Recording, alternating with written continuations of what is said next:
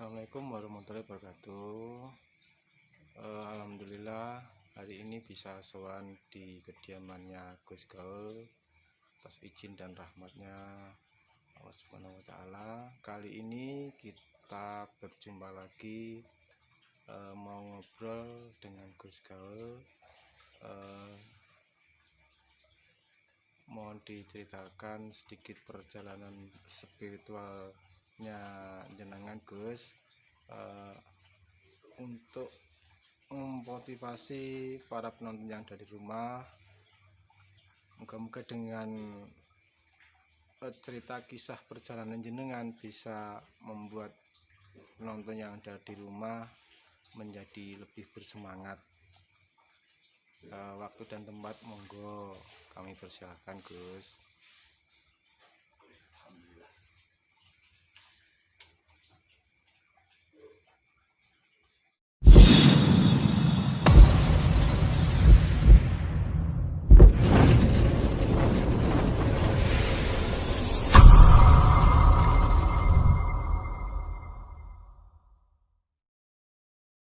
Jadi perjalanan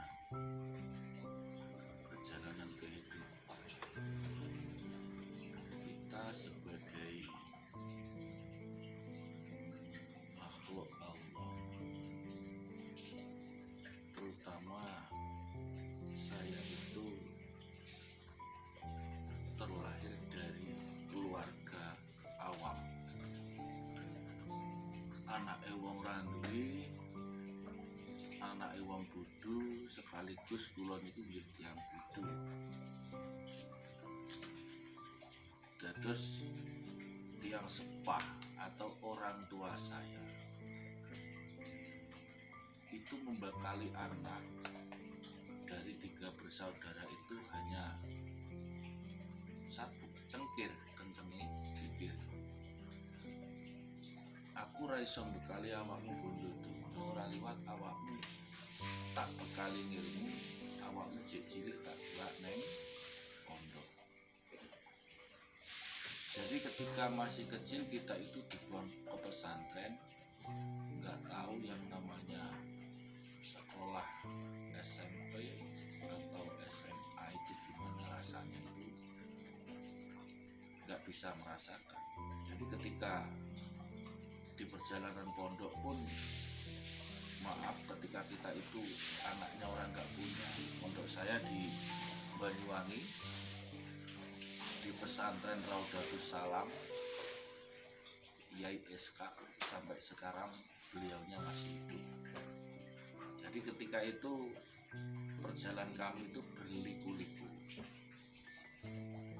berliku-liku, berbagai cobaan. Jadi di saat tahun 87 itu kita sudah di sana, ndak ada yang namanya itu HP, adanya cuman apa itu surat menyurat. Surat penyurat pun saya itu nggak tahu alamat rumah saya itu mana.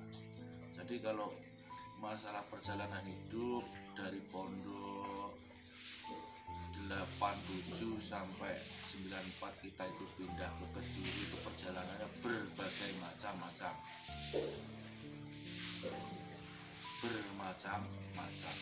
Sampai 97 kita keluar dari pondok pesantren Kediri yang dari Pare, namanya Riyadhatus Sholihin.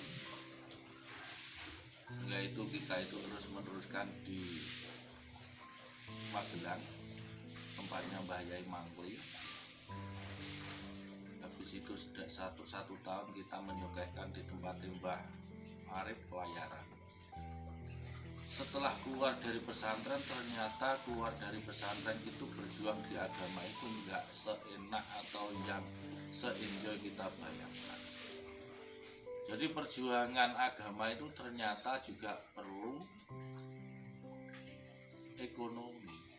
Sedangkan kita itu kan walaupun mempunyai bekal, intinya mempunyai bekal ilmu, tapi kalau nggak ada ekonomi intinya juga nggak bisa berjalan.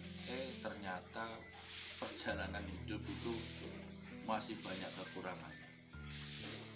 Jadi walau a'lam bisawab, hanya Allah lah yang mengetahui rahasia-rahasia yang ada dalam diri saya. Ketika saya lulus pesantren untuk mendirikan TPA atau mengumpulkan jenis kegiatan keagamaan, itu pun berat untuk pribadi saya karena kita tidak punya modal. Jadi habis itu saya itu dari pesantren akhirnya putus asa. Terus caranya gimana? Dengan keputusasaan saya itu, maaf, saya itu lalai dengan diri saya sendiri. Saya itu subhanallah, jangan sampai ditiru. Cukup saya saja yang mengalami. Jadi saya itu hidup saya itu di jalan dan di jalan. Karena apa? Ingin mempunyai modal untuk berjuang di jalan Allah. Enake uripe neng dunia preman. Jadi ketika hidup di dunia preman itu,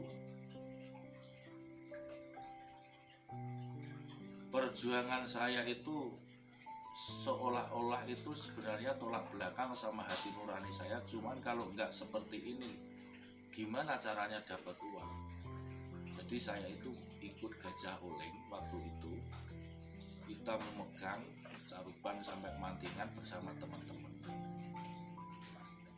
Jadi ikut Gajah Oleng itu bersama teman-teman. Kita intinya ya ngamanin truk-truk dan sebagainya itu. Jadi dengan kejadian seperti itu mulai dari tahun 2000 ya, tahun 2000 sampai 2007 kehidupan saya itu masih di jalanan seperti itu. Ini nggak perlu ditiru, ini hanya cerita saya. Jadi ketika itu kita itu sadar, opo yo terus-terusan aku ke urip ning dalan kaya ngene iki, gek sedangkan aku ke sebenere karo wong tuaku wis dibekali ngilmune ilmu agama, kok terus-terusnya uripku ning ratan kaya ngene. Dengan kejadian itu alhamdulillah saya itu diketemukan beliaunya guru saya, guru sejati yang beliaunya bernama Rahmat Sadewo, yang umurnya itu di bawah saya. Umurnya itu baru 27 tahun. Waktu itu beliaunya itu lulusan pesantren dari Mantingan. Setelah itu dia intinya menolong orang. Ketika itu iki wong sulapan apa wong tenanan? Dalam arti gimana? Wong tenanan apa wong sulapan? Beliaunya itu di saat nolong orang seolah-olah itu kayak sulapan, tapi kenyataannya real. Kayak sulapan tapi kenyataannya real. Jadi dengan kejadian itu saya itu ngikutin liku-liku guru saya itu. Iki sulapan tenanan apa bener-bener ngilmu saka Gusti Allah sing diarani karomah. Jadi saya terus mengikuti perjalanannya kehidupan kiai saya itu. Jadi tentang pengobatan, tentang pengangkatan dan sebagainya. Jadi ketika pengobatan, alhamdulillah kalau pengobatan itu real, ada ramuannya, ada gini-gininya. Tapi kalau pengangkatan itu kan yang saya utarakan iki sulapan opo tenanan. Kalau sulapan kita itu wiritane di tempat, tapi kok kenyataannya pusaka iku ning dhuwur gendeng, terus semua santri juga di dalam. Setiap kali pengangkatan seperti itu, akhirnya saya itu jegur ini nih, jegur. Dengan kejadian seperti itu, berjalannya waktu demi waktu, alhamdulillah beliaunya itu, intinya beliau juga butuh saya juga butuh beliau. Beliaunya itu butuh memperdalami ilmu tentang keagamaannya itu masih kurang, tapi saya butuh masalah ilmu dari manunggaling kawula marang Gusti itu gimana, biar saya bisa jelas itu gimana. Podo-podo butuh nilai ini. Nah, dengan kejadian itu, waktu itu guru saya itu di depan mata saya bersama murid-muridnya yang menyaksikan. Jadi ditobrak bersumber kencono diserakin. Dan iya, dikira itu mati. Tapi kenyataannya motor racing remek. Jadi guru saya itu cuman senyum. Aku urung mati nek urung tabrakan ping 9. Jadi kejadian itu bikin apa ya, jijiten hatiku. Setiap kali ngeluyur ke Sidoarjo di Mojokerto juga tabrakan sama truk, sepeda motornya remek, orangnya masih hidup. Sampai yang terakhir kali mau meninggal itu pamitan ke semua santrinya. Jadi saya yang di depan sendiri itu sampai nggak tidur dan jagain kiai saya itu gimana hari ini, tepatnya itu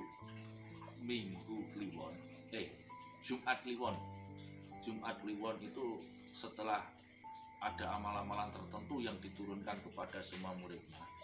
Itu guru saya ngomong seperti ini. Kingko aku tabrakan wis ping 9. Insyaallah iki wis tiba nasku, tiba sowan kuning ngersane Gusti. Dadi aku njaluk sepuro kabeh ning anak-anakku. Lah ora liwat aku pesen karo sampean Kang, sampean terusne perjuangan ku iki, tapi syaratnya sampean kudu nglakoni topo broto. Nah, itu belum saya pikirkan, masalah topo broto itu gimana itu belum saya pikirkan. Yang penting jenengan ki ngomong apa to yi? Sampean ki ngomong sing ora-ora. Akhirnya Kyai Rahmat Sadewa itu habis ngomong seperti itu keluar itu dalam tahap 1 jam itu di depan Puskesmas Kendal sini itu nyerempet sepeda motor, hal yang mustahil bagi saya. Wong nyerempet sepeda motor ngeliyur kok akhirnya sampai meninggal dunianya.